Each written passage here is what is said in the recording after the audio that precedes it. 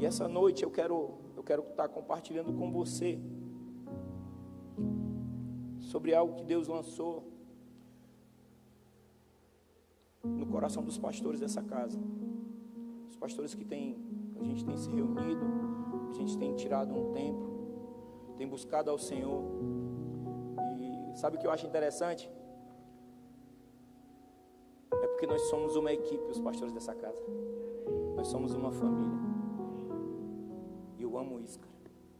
Quando você senta, que você começa a conversar, e você tem um entendimento da parte do Senhor, que você compartilha. Aí esse entendimento da parte do Senhor que veio na mente de um, veio na consciência de um, entra na consciência do outro. Aí sabe o que acontece? O Espírito libera uma porção a mais. A gente começa a montar as coisas. Tem sido muito, muito legal. E eu vejo isso como um sinal muito gracioso para esse tempo. Então você precisa entender e precisa estar apto e apta para o que Deus tem para você nesse tempo. E se eu posso te dar um conselho, tá? Na minha terra diz assim, fala assim, dessa forma: se conselho fosse bom, não se dava, se vendia. Mas como eu não, quando eu entendo que conselho, quando vem da parte do Senhor, ele precisa ser liberado. Se eu fosse você, começava a se dedicar mais nesse tempo, para entender, para absorver as coisas do alto. Eu já tenho dito várias vezes, vou falar mais uma vez: está acontecendo uma aceleração.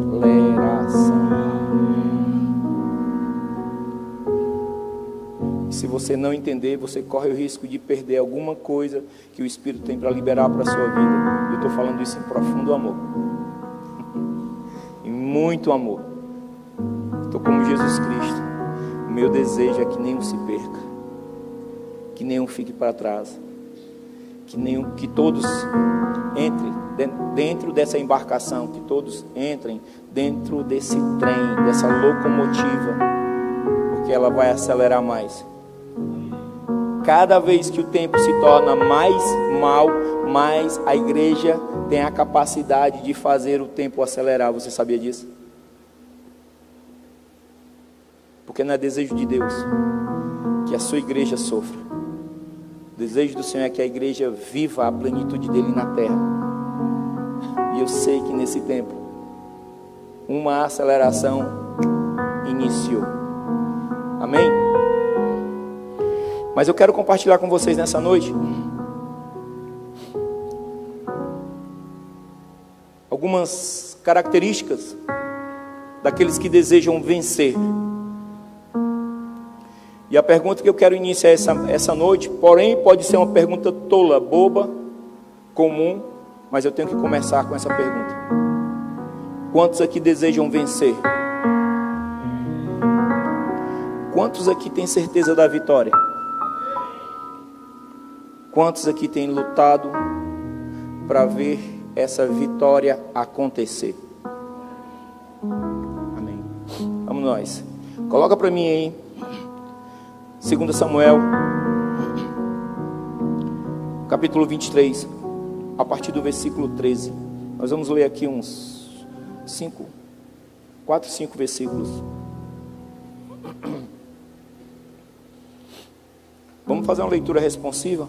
Eu leio um versículo, vocês leem outro, tá bom? Amém? Vamos lá. Também 3 dos 30 cabeças desceram e no tempo da cega foram ter com Davi a caverna de Adulão. E uma tropa de filisteus se acamparam no vale dos Refaíns.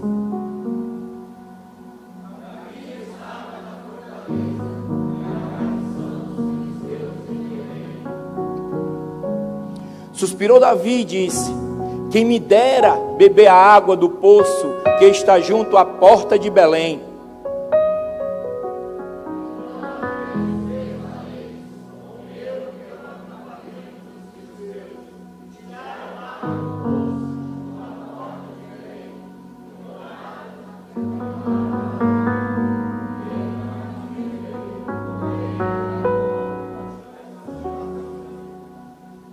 17. E disse: longe de mim, ó Senhor, fazer tal coisa. Beberia eu o sangue dos homens que lá foram com perigo de sua vida? De maneira que não a quis beber. São estas as coisas que fizeram os 3 valentes. Até aí. Coloca a mão no teu coração nesse instante.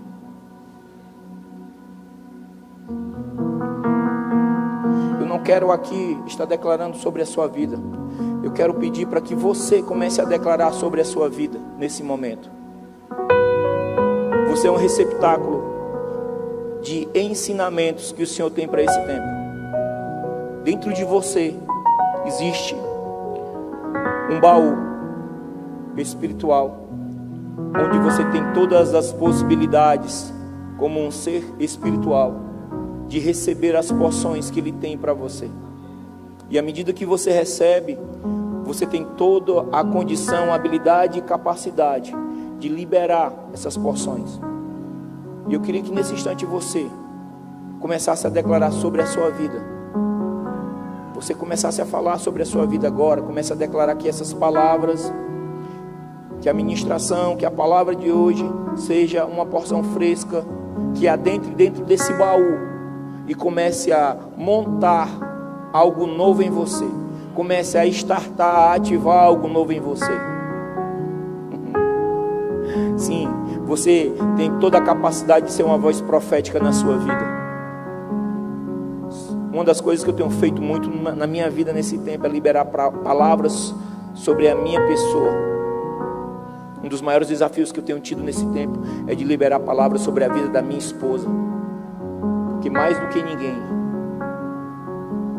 mais do que ela, somente o Espírito Santo me conhece, sabe das minhas falhas.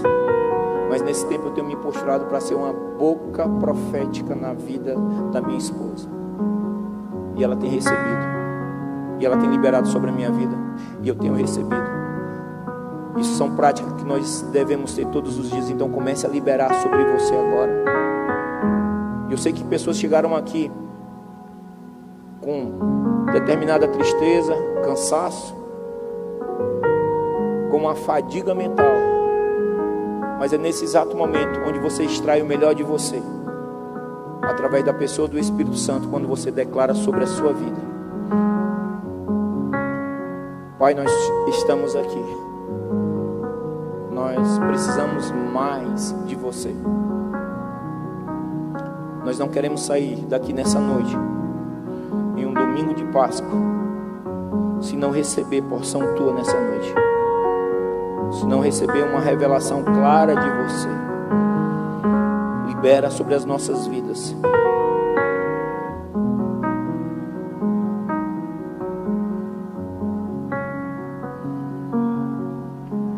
Fogo em teus olhos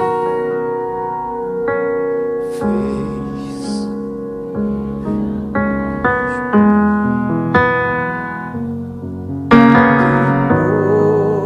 todos os outros amores,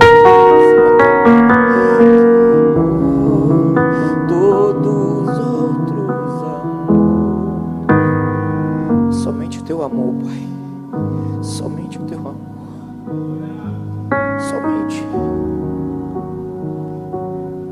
Somente o teu amor, Deus.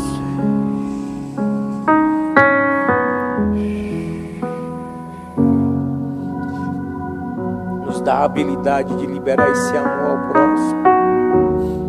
Nos dá a capacidade de receber e revelar esse amor ao próximo através das nossas atitudes. Através das nossas atitudes, Pai.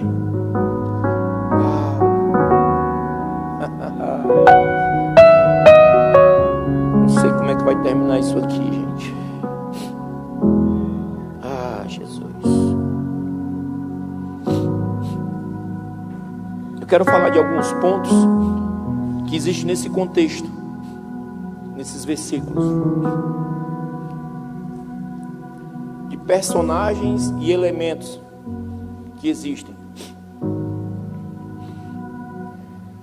Primeiro, obviamente, é Davi. Eu sempre brinco lá no Ceará, uma forma de falar para as pessoas quando a gente gosta e acha a pessoa, né, tem uma admiração pela pessoa, a gente, rapaz, isso é um ser inoxidável, né? Brilha, reluz, né? Tudo que é inoxidável, ele tem um polimento extra. Você pega nele e você percebe, né, uma beleza. Então a gente brinca. E hoje à tarde eu estava dizendo para o Espírito Santo, olha, Davi é um ser inoxidável, cara. É incrível como a postura de Davi revela muito a postura que a igreja tem que ter nesse tempo. No meio dos estudiosos, dos rabinos, até mesmo dos cristãos que gostam de mergulhar um pouco, né, na cultura judaica, Davi ele é lembrado como o doce poeta de Israel, onde boa parte dos salmos saiu daquela mente tão extraordinária o qual Deus liberou. Canções, se você mergulhar, se você ver, os salmos são cânticos poderosos, em que Davi ele falou não somente quando ele estava de boa, né? Não somente quando ele estava surfando, dropando na onda, não somente quando ele estava, sabe, na mesa de boa, mas também nos piores momentos da vida dele. E esse texto de 2 Samuel retrata um dos momentos mais difíceis que Davi estava passando. Ele foi ungido a rei, foi derramado o azeite sobre a vida dele, ele foi reconhecido na eternidade, no reino dos céus. O profeta Samuel liberou a palavra sobre a vida dele, reconheceu o reinado dele, mas ele estava sendo perseguido pelo rei Saul. E ele tinha que tomar muito cuidado, porque senão ele morria. Era uma perseguição que a vida dele estava em jogo. Não era uma perseguição somente para realmente prendê-lo ou anular alguma estratégia que ele tinha. Na verdade, era uma perseguição ao ponto de matá-lo. Saul por várias vezes falava para a sua guarnição, para os seus comandantes, Cássio e Mátio. E Davi, por algumas vezes, teve a oportunidade de matar o rei Saul. E uma das belas frases que ele fala, que eu acho lindo isso: eu tocar em um ungido de Deus. Ele estava sendo perseguido pelo cara que ele foi lá, se tornou representante legal de Israel, matou um gigante, honrou o rei, e o rei, por não entender, por ter tomado atitudes erradas, perdeu o seu reinado, perdeu a cadeira, perdeu a coroa, e quis arranjar um culpado. E o culpado nessa atual história era Davi. E Davi se encontrava em uma situação de tanta escassez, de tanta perseguição. Se você não sabe, o homem, quando ele chega, o ser humano, quando ele chega ao ponto de sentar e lembrar de algo, sabe, que é muito bom para ele, é porque ele está sofrendo por algum momento, passando por alguma crise dentro de si, por menor que seja, de escassez.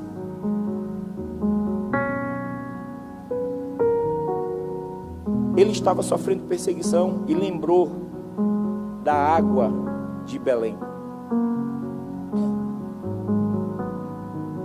É de se imaginar o sabor dessa água, a pureza dessa água,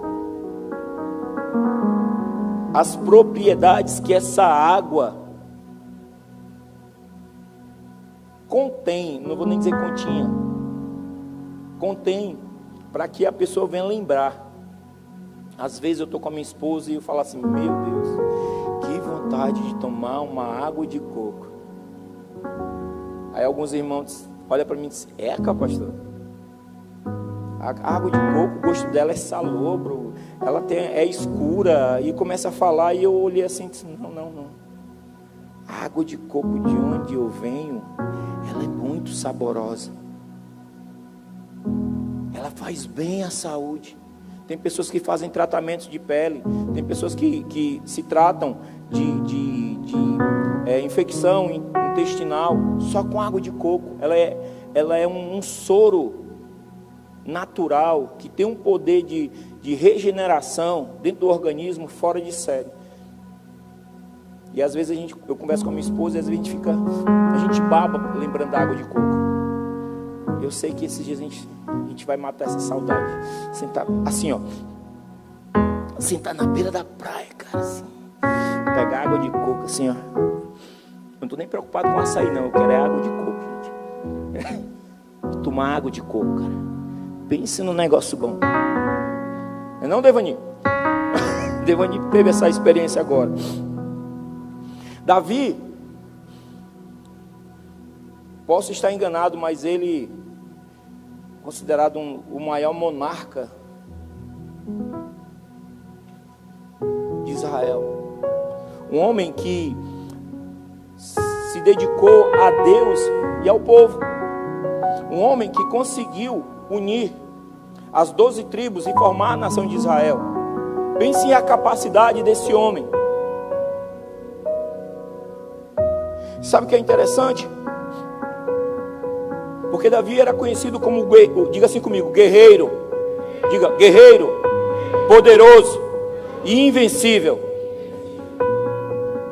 Isso era uma das alcunhas que Davi carregava. Davi, com as 12 tribos, você imagine aí como se fosse 12 clãs, 12 cidades, ele consegue, através da habilidade que Deus deu a ele, a capacidade e a sabedoria, de trazer e fazer com que essas 12 tribos começassem a se reunir e se transformar na nação que até hoje ela é. Se você analisar e começar a pesquisar sobre a nação de Israel, não tem como explicar uma nação daquele tamanho ser tão poderosa, ser tão bem estruturada, cientificamente. Ela sempre tem uma tecnologia de ponta, belicamente nem se fala, estratégias fora de série, prêmios Nobéis, aí, Nobéis,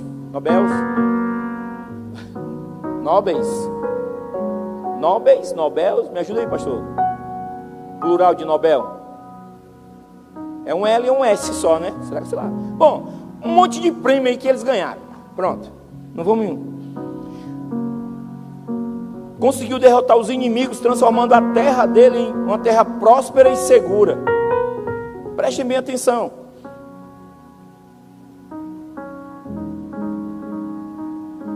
O cara se posicionou de uma tal forma que ele entrou para a árvore genealógica de Jesus Cristo.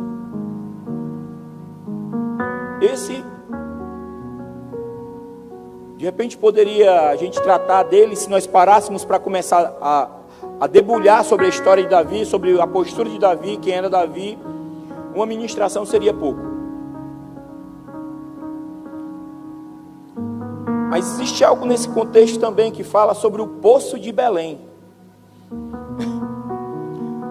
Por ser natural, Davi ser filho de Jessé, natural dessa cidade, era um pastor de ovelhas, que ele sabia onde levar as ovelhas para tomar água boa, e a água era tão boa que a mesma água que as ovelhas bebiam, ele bebia também. Então era um homem que conhecia todos os detalhes da terra. Só que a terra dele nesse momento estava sitiada, estava cercada. E ele desejou. E se ele desejou tomar água,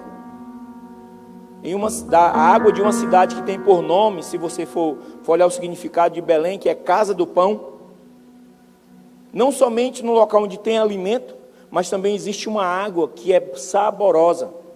E ele desejou. E Davi, ele chega ao ponto de expressar o sentimento dele.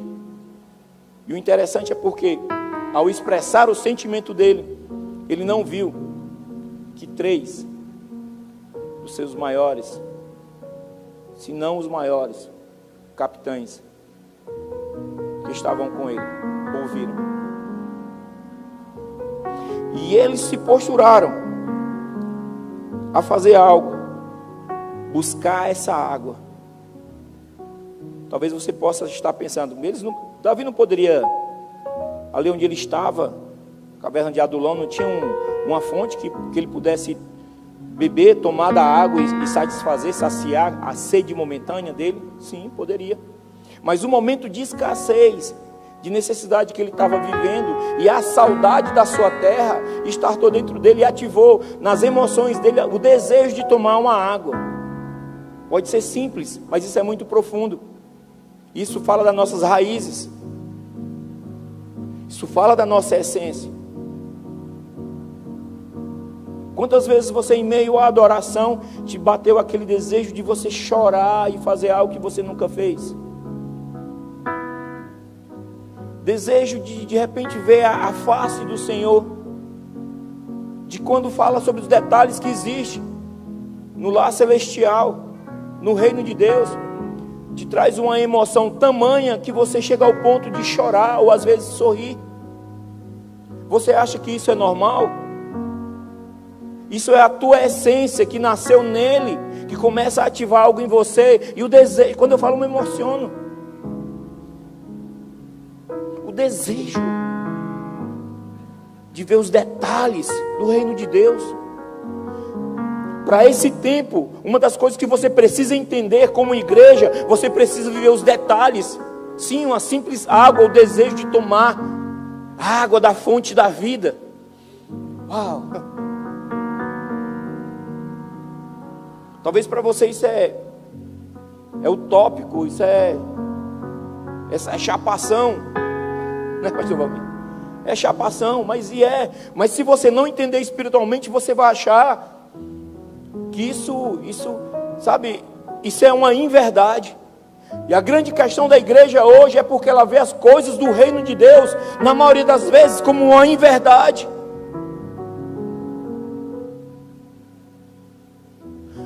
E quando eu comecei, eu perguntei: quantos aqui estão dispostos a vencer? Todo mundo levantou a mão. Quantos aqui estão dispostos a conquistar, a lutar pela sua vitória? Todo mundo levantou a mão. Quantos, agora eu pergunto, quantos aqui têm vontade de desejar ver as coisas do reino de Deus? O que você tem feito para ver isso? O que você tem feito para falar aos outros isso? Não, pastor, eu tenho que me preocupar com os meus negócios.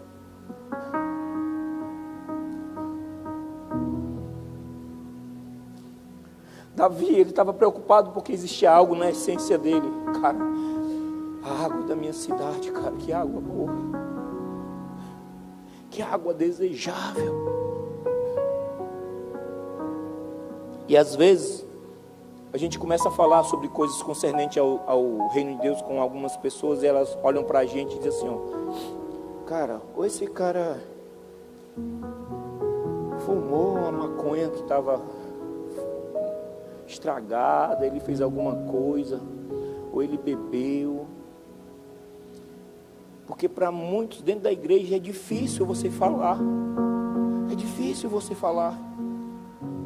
Sabe, no domingo que o apóstolo estava falando, que ele começou a entrar falar sobre anjos, cara, aquilo despertou em mim, eu falo mais. E ele olhava assim, disse: cara, vocês não estão preparados para isso.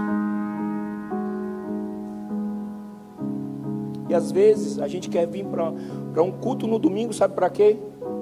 Para liberar uma palavra sobre o romper financeiro na nossa vida.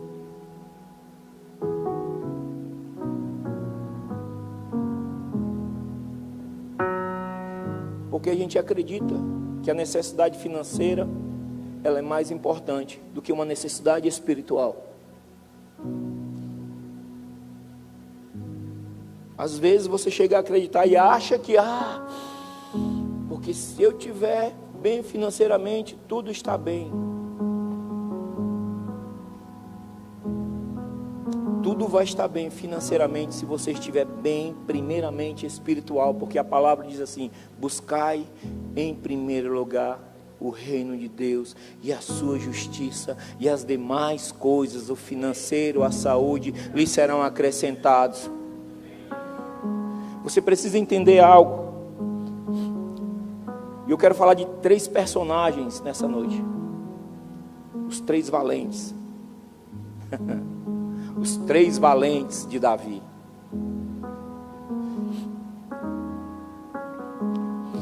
Se você coloca para mim aí esse mesmo capítulo, tu coloca o versículo 8. Nós vamos ler até o 11, tá? São estes os nomes dos valentes de Davi. José-Basebete. Tem uma versão que esse nome aí, José-Basebete, tá Jabezão. Achei massa, cara. E eu não sabia. É sério, eu não sabia. Tem várias versões que mudam o nome, tá? Continuando. Filho de Taquemone, o principal de 3. Este brandiu a sua lança contra 800 e os feriu de uma vez.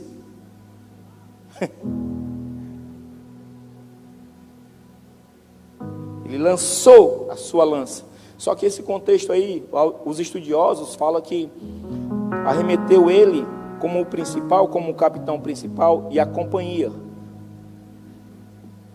A equipe que estava com ele levou o nome dele como um só. Então o ataque que eles fizeram, derrubaram 800. Mas aqui, independente de ter sido ele com os demais ou só ele, eu acredito que derrubou 800 e PT saudações. Entende? Eu creio. Eu prefiro às vezes acreditar da forma literal, porque aguça a minha fé e eu vou caminho para conquistar aquilo que Deus tem para a minha vida. Amém? Vamos lá, próximo. Depois dele, Eleazar, filho de Dodó. Eu tenho um amigo chamado Dodó, eu não sabia que o nome dele tinha na Bíblia, cara. Filho de Aoi, entre os 3 valentes que estavam com Davi, quando desafiaram os filisteus, ali reunidos para a peleja, quando se haviam retirado os filhos de Israel. Ele se levantou e feriu os filisteus, até lhe cansar a mão e ficar pegada a espada. Naquele dia o Senhor efetuou grande livramento. Diga assim: naquele dia o Senhor efetuou grande livramento. Continua dizendo: e o povo voltou para onde Eleazar estava, somente para tomar os despojos. Vamos lá, continua. Depois deles, Samar, né? Tem algumas versões tem um acento agudo no segundo A. Filho de Agé, o Aratita, quando os filisteus se ajuntaram em Lei, onde havia um pedaço de terra cheio de lentilhas. Pô, negócio bom é lentilha. E o povo fugia diante dos filisteus. Próximo. Pôs-se Samar no meio daquele terreno e o defendeu, e feriu os filisteus, e o Senhor efetuou grande livramento. Também 3 dos 30 cabeças desceram, e no tempo da cega, aí continua o versículo, tá? Só até o 12. Até o 12 até o 11. Eu quero falar sobre esses 3 personagens.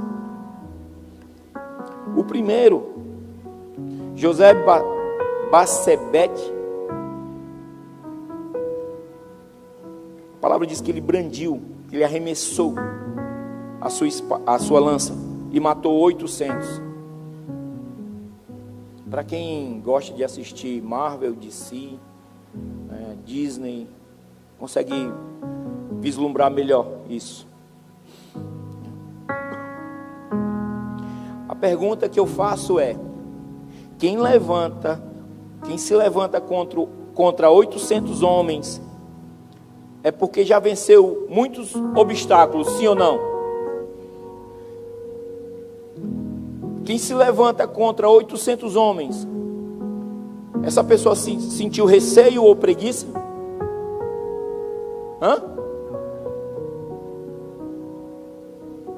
Ela pode até ter vislumbrado, ela pode até ter percebido a preguiça chegar, o receio chegar, mas ele pronto se antecipou. Todos aqueles que querem vencer, ele tem que aprender a se antecipar às coisas que querem te fazer parar.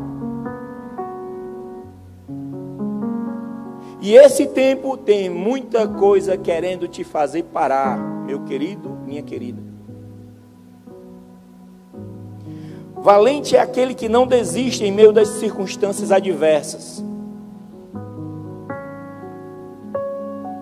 Eu não sei você, mas essas últimas semanas, cara, eu estou colecionando circunstâncias adversas. A minha neta, ela chegou para mim essa semana que passou, ela fez uma videochamada e mostrou e disse: vovô, eu quero te mostrar a minha medalha, que eu tirei a melhor nota, e eu recebi a minha medalha, e eu vou fazer uma coleção de medalhas. Eu disse: uau, faça a coleção de medalhas. Aqueles que pensam, aqueles que desejam vencer, são esses que eles se preparam para fazer coleções de vitórias.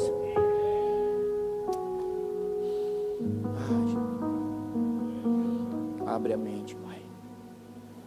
Abre a mente, Jesus. Quando eu disse que eu fiz coleções de adversidade, é porque elas vieram. Peguei, olhei, parti para cima, venci. Mais uma pro hall. Chegou mais uma, pegou, venci. Mais outra pro hall. Eu não estou preocupado com as adversidades. Eu estou preocupado com uma. Estou fazendo a vontade do meu Rei. Foque-se nesse tempo em fazer a vontade do Pai. Fugir é para muitos. Ficar e enfrentar é só para os valentes. Seja valente, se posicione nessa noite como valente. José Batsebete, com certeza, não ouvia conselho de covardes, de medrosos. Não deixava o coração dele se afetar contra a vitória que estava estabelecida para ele. Quantos aqui nessa noite tem uma palavra de Deus para a sua vida que ainda não se cumpriu? Você que não levantou a mão, então porque ou recebeu a palavra e já se cumpriu, então porque não tem nenhuma palavra. Agora, sabe o que é interessante? É porque esse nome, o primeiro nome, José, ele é oriundo, ele é uma variação de José, que significa, eu até anotei aqui, aquele que acrescenta. Preste atenção. O segundo nome, Batsebete, é visto como apaziguador, um dos significados dessa palavra. Então, se unir as duas palavras que formam um nome, fica aquele que acrescenta a paz.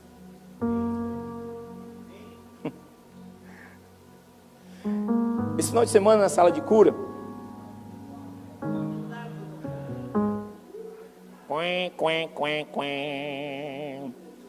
ministração de cura interior que só vai ser no próximo. Perdão, gente. Seminário de honra.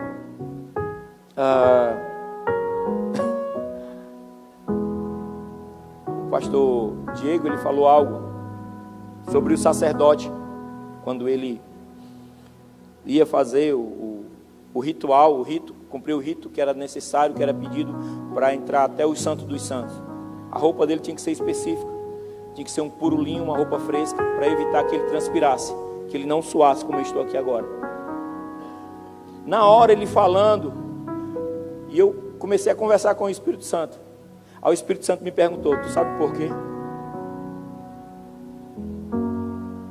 Aí eu disse: não. Aí ele falou assim, porque o suor é terreno. O solo é terreno. Aí ele me levou lá para Gênesis, que quando ele fez Adão, ele colocou no jardim para lavrar e cuidar da terra. Tinha o trabalho, mas não tinha suor, não tinha sacrifício, porque ele comeu do fruto indevido, que não era o tempo de se comer. Que aconteceu? Ele feriu a terra, e o fato de ter ferido a terra, feriu os ares, feriu os céus. Aí a palavra diz assim, com o suor do teu rosto tu comerás.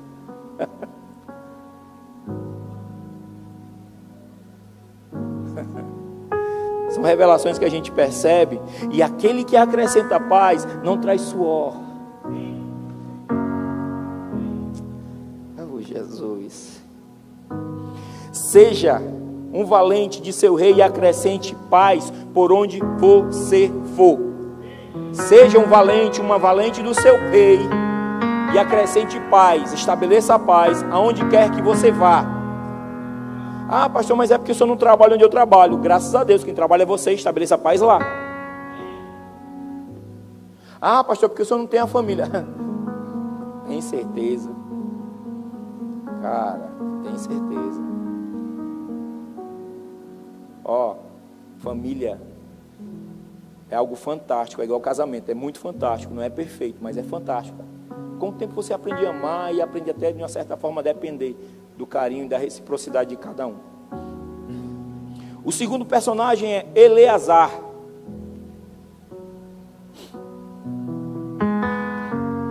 Esse grande valente, ele lutou contra os inimigos com tanta convicção de vitória e determinação que a sua espada, cara, eu não largo, cara, eu vou vencer. Eu vou vencer. Chega ao ponto daquela arma que é liberada para ele naquele tempo, ele só tira ela, só larga ela quando ele recebe uma nova arma, uma nova espada.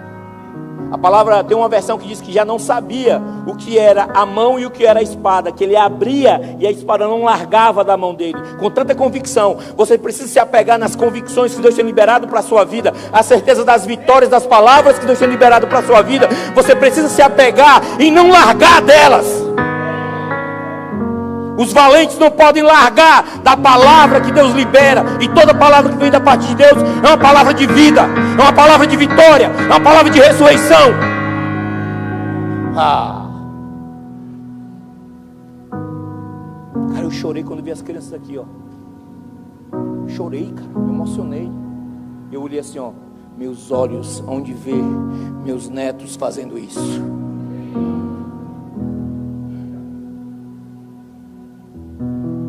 O que você está disposto de lutar pela tua descendência, pela tua posteridade?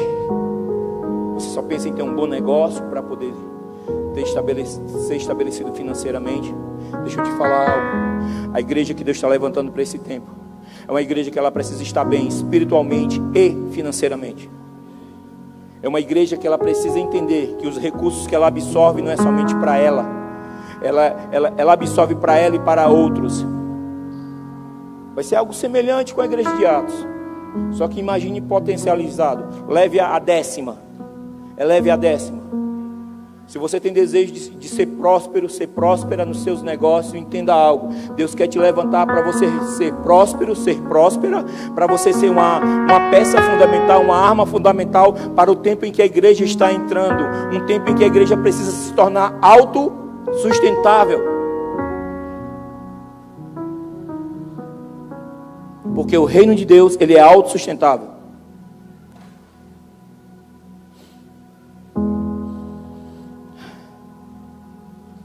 Quantas vezes em momentos de lutas, tribulações, adversidades, a primeira coisa que a gente pensa é: vou largar de mão disso. E ó,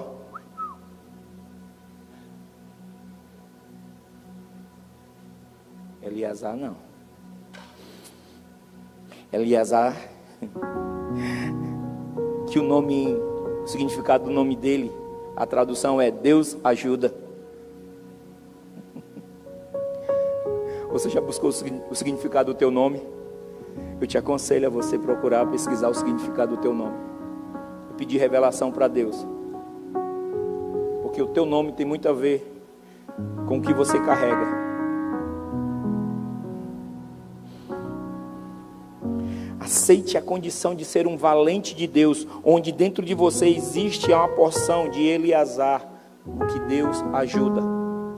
Nós precisamos entender que para esse tempo, nós precisamos estar munidos de condições, principalmente mental, para poder suportar os ataques que estão por vir. A igreja, ela vai sofrer ataques, mas a grande questão é se a igreja estiver bem estruturada, dentro do viés, o pensamento conforme discorre do reino de Deus, a igreja ela vai olhar para as dificuldades e vai liberar a produtividade, vai liberar a graça, vai liberar a condição de mudança em vidas. Você precisa entender que esse é o tempo em que a igreja precisa estar cada vez mais preparada. Sabe por que às vezes Deus não libera mais? Porque falta preparação.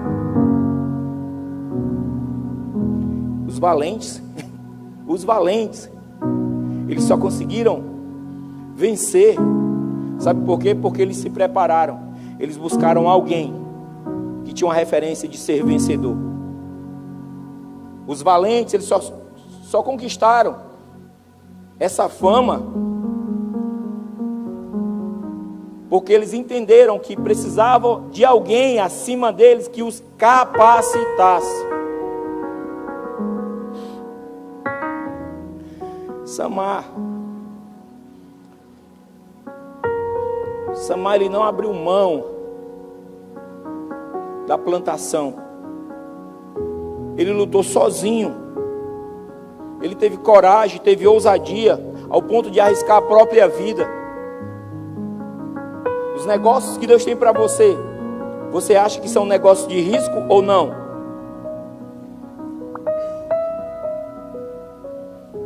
Os negócios conforme é o reino de Deus, que Deus tem para nós, sempre são negócios de risco, porque nós não podemos nos mover de forma natural.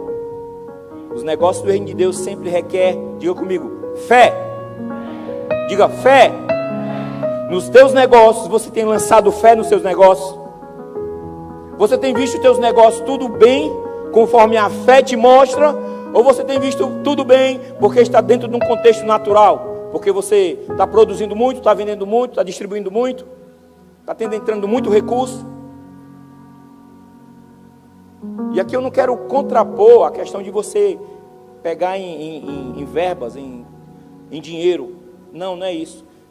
O que eu estou querendo te dizer é que se o teu negócio não vai bem, você precisa analisar se isso faz parte do tempo, do processo que Deus tem para a sua vida, para você ativar a sua fé e olhar com os olhos conforme Ele tem para esse negócio, como Ele tem para transformar vidas, como Ele tem para restaurar um sacerdócio, restaurar um lar, como você está vendo? Samar ficou, lutou, ficou, ele se posicionou, não abriu mão. Sabe o que significa a palavra Samar, o nome Samar? Deus ouve.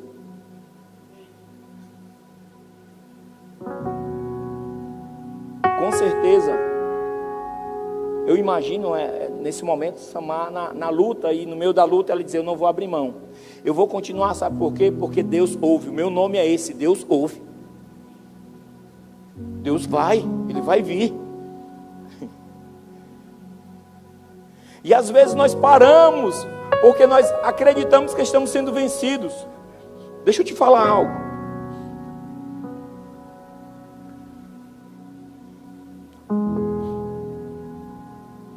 Enquanto você achar que viver o reino de Deus aqui é sombra e água fresca, você está enganado. Olha para o teu irmão do lado e diz assim, tem que lutar. Vamos, tem que lutar. Diga assim, tem que guerrear. Tem que conquistar. Precisa disso. Não, vou ficar aqui que Deus vai fazer tudo. O relógio passa e nada acontece. Sabe por que nós realizamos o seminário seminário de honra? Senhor, cuida de mim. Seminário de honra. Porque entendemos que para esse tempo precisa de ferramentas, armas específicas para vencer. Não é com as armas que você está tendo hoje que você vai vencer esse tempo.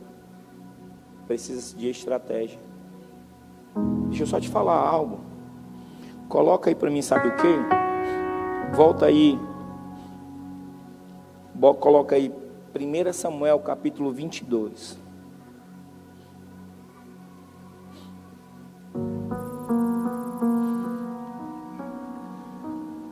Davi retirou-se dali e se refugiou na caverna de Adulão.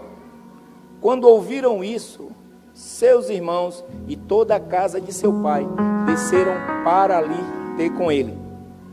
Próximo. Ajuntaram-se a ele todos os que se achavam em aperto, e todo homem endividado, e todos os amargurados de espírito. E ele se fez chefe deles. E eram com ele uns 400 homens. Ao todo, se você for contabilizar, vai dar em média em 1.500 pessoas. Porque nessa época, as famílias não tinham só um filho. Tinha de 2 a 3. Se eram 400 homens, com suas esposas, 800. Vamos botar mais 2, 3 filhos, chega aí a 1.500 brincando. Esses valentes aqui, o qual eu falei há pouco, são esses aí, ó. Que eles estavam numa condição, talvez de aperto, de endividamento, amargurados, de amargura no espírito. Era um bando de improváveis. Era um bando de sem expectativa alguma. Não estava valendo nem a capa da gaita.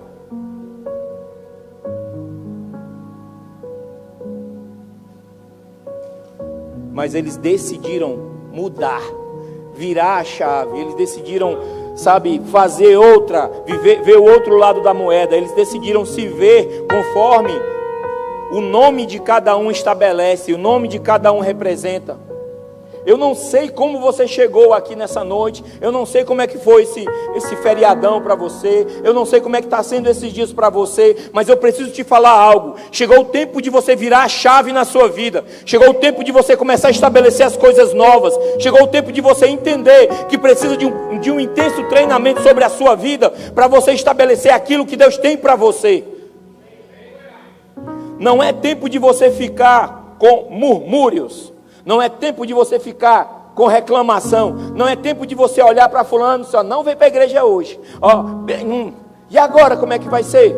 E agora, diga comigo, vamos, bora, vamos, bora, vamos lutar. Diga, vamos vencer. Diga, vamos conquistar. Você precisa entender isso. Esses caras estavam desgraçados da vida. Agora olha para um homem, analise um homem. O homem, o sacerdote, o homem que tem prazer de estabelecer o sacerdote de Deus na sua casa, está passando por uma crise,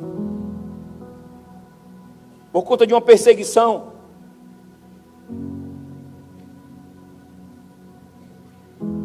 Que uma nação veio e roubou tudo deles, escravizou. Um homem que olha para a sua casa e não vê a condição correta.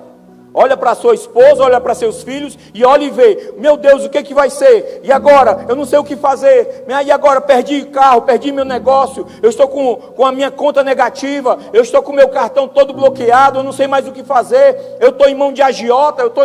E agora?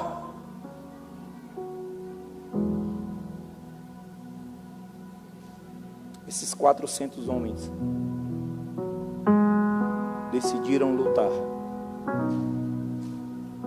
Esses 400 homens lutaram. Esses 400 homens venceram. Esses 400 homens, que eram vistos por todos como falidos, desgraçados. E o contexto da palavra desgraçado é com ausência de graça. Está desprovido da graça.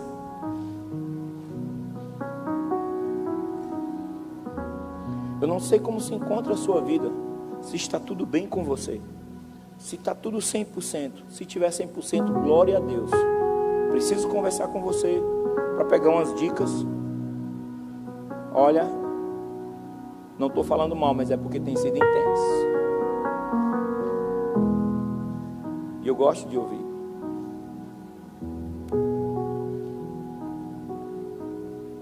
nada melhor do que um domingo de Páscoa, onde se celebra a ressurreição, para você mudar posturas na sua vida e trazer a vida plena, a plenitude da vida, ser estabelecido não somente o número 7, mas o 8 na sua vida, conforme a palavra diz, para você viver toda a plenitude que Deus tem para a sua vida. Nessa noite eu quero te convidar, eu quero fazer algo com você.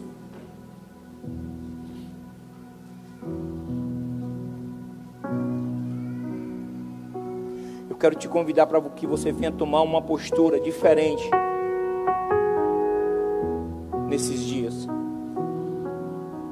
Se você ler o capítulo 23 de 2 Samuel e ler 1 Crônicas 11, você vai ver como esses homens, todas as conquistas, todos os despojos, eles não somente ficavam para si, mas dividiam entre outros.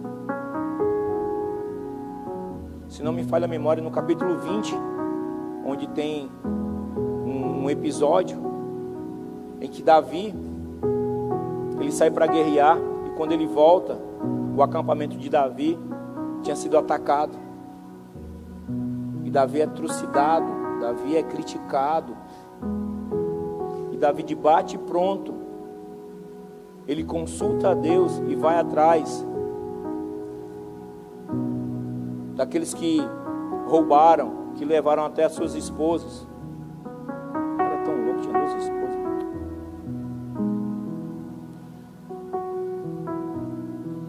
O interessante é que dos 400, 200 foi e 200 ficou, porque estavam tão cansados que tinham vindo da batalha.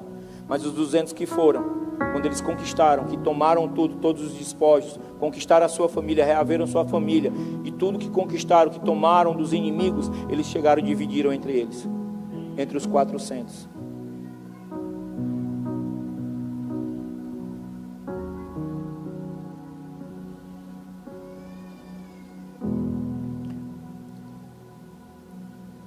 Eu quero convidar o pessoal do louvor para ir subindo.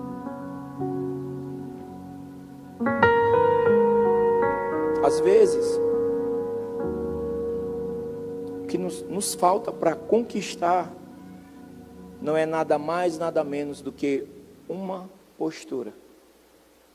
É a pergunta que eu faço para você agora, que é feita, que é lançada no ar. Qual postura você tem tomado para mudar determinadas circunstâncias na sua vida?